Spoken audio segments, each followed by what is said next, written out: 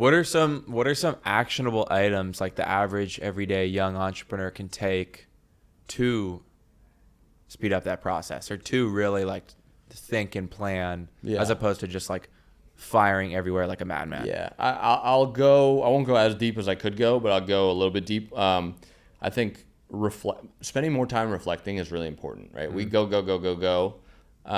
One thing that I do at the end of every day is I do like a daily review where I sit down with this. I used to use a notebook. Now I use this Remarkable with a 4-colored pen. Like this has colors on it, and I'll literally look at my calendar.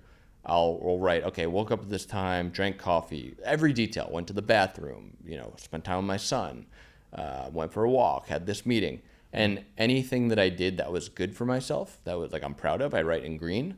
And anything I did that was like impulsive, whether it's like I scrolled on my phone here, or I drank a 3rd cup of coffee when I didn't want to, I'll write in red.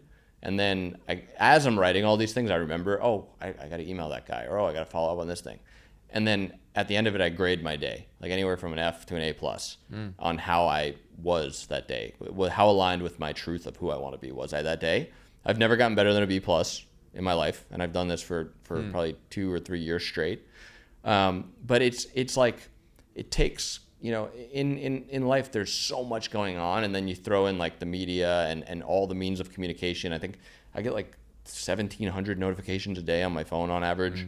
So there's so much going on, and I think it's really important to just reflect and remember what's important. And then the next morning you wake up a lot more clear. So like that reflection time is really important.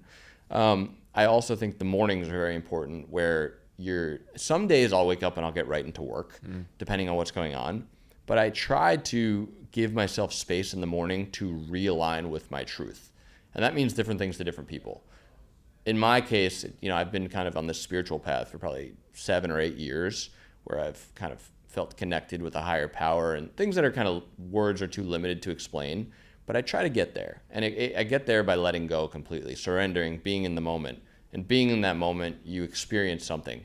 But what happens is like, for me, my mind will be like, oh, you don't need to go on the walk right now. Like, we know what's going to happen if we go on the walk. It'll be good, but like, we don't need it right now. But then I know if I just get out and go on the walk, I'll have an experience. So I'm like, oh, I'm really happy I did this. So putting habits in place that are non-negotiable habits that allow for reflection and realignment, I think are the 2 most important things. So the morning and the evening.